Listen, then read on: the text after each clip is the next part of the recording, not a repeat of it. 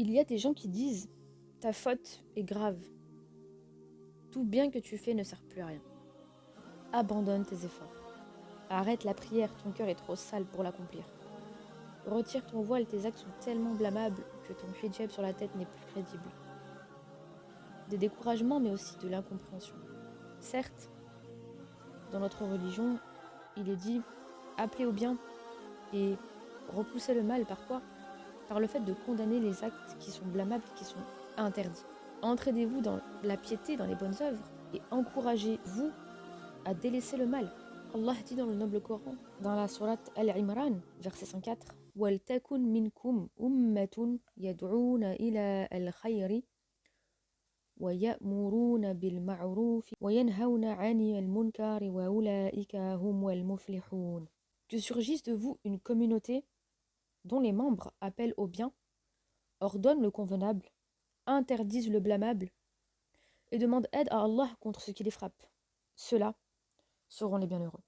Dans une autre traduction rapprochée, que soit issue de vous une communauté qui appelle au bien, ordonne le convenable et interdit le blâmable, car ce seront eux qui réussiront. C'est une chose qui est tout à fait normale et même obligatoire dans notre religion. Toute personne humaine qui, même n'étant pas croyante, ne peut pas laisser son ami, son frère, sa sœur, un membre de sa famille faire n'importe quoi. Même si cette personne n'a pas de religion, n'a pas de cadre, elle va quand même conseiller ses proches et leur dire ce que tu fais là c'est pas bien, ce que tu fais là c'est bien, je te conseille plutôt de faire ça. C'est un peu logique que nous, dans notre religion, Allah nous appelle à faire cela, parce qu'on en a besoin, tout simplement.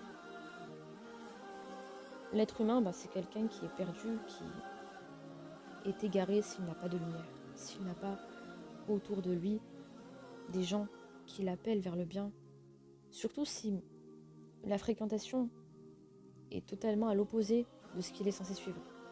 Allah pardonne tous les péchés.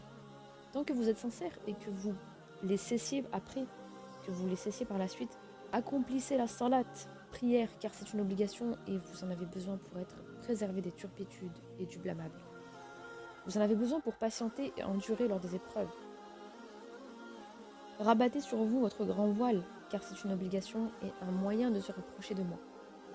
Une protection pour vous, les femmes, contre le vice de l'être humain et la préservation de votre honneur, de votre valeur, afin qu'elle ne diminue pas aux yeux des gens en vous considérant comme un objet, une apparence attirant les désirs charnels, se fichant de votre intelligence et de votre intérieur. Mais il y a des gens qui découragent leurs frères et sœurs en les incitant à délaisser leurs obligations sous prétexte qu'ils font des erreurs. N'en font-ils pas eux aussi? L'erreur est humaine. Tout fils d'Adam commet des péchés. L'essentiel est de se repentir, s'en éloigner et changer, et en faire le moins possible, les effacer par les bonnes actions. Inciter à délaisser le bien à cause des fautes, donc délaisser une obligation pour la transformer en péché, qui viendra se rajouter à la liste pour laquelle on est blâmé.